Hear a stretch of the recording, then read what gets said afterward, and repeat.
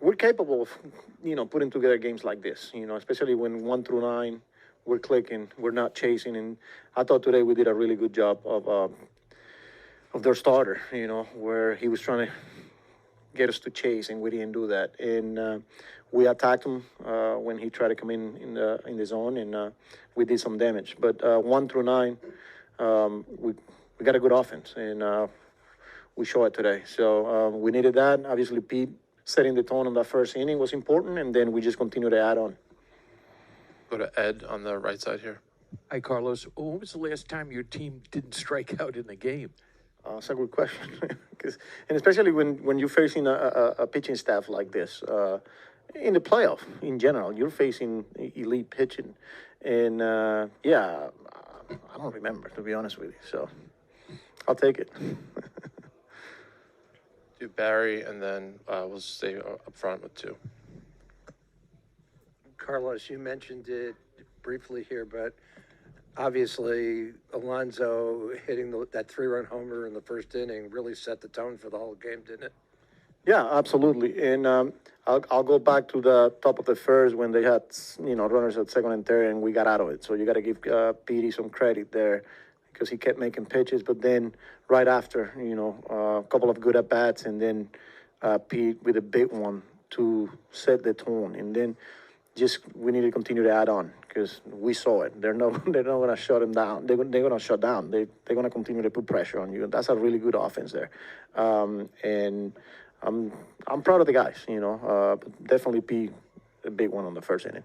He also had a great night overall. I mean, I think he scored 4 runs and was on base 4 times.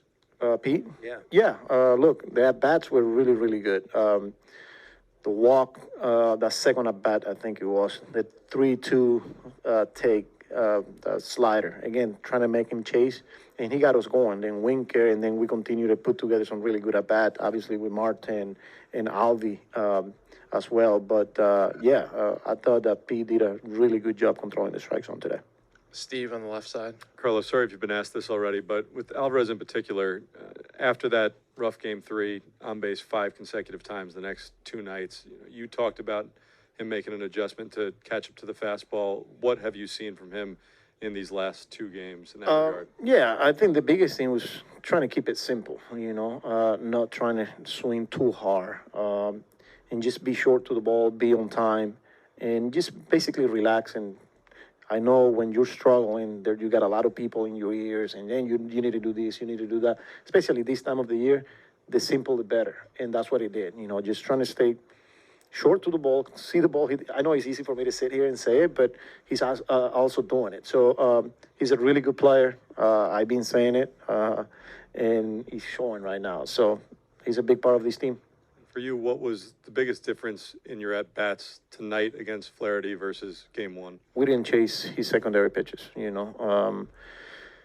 know he's got that slider and the knuckle curve, and he's going to try to make us chase. And we didn't do that today. And when he came in the zone with his fastball, we were ready. And that's the key. If you get in between, that's when he's going to give you trouble. But we were ready for the fastball, and then we lay off some of the secondary pitches there.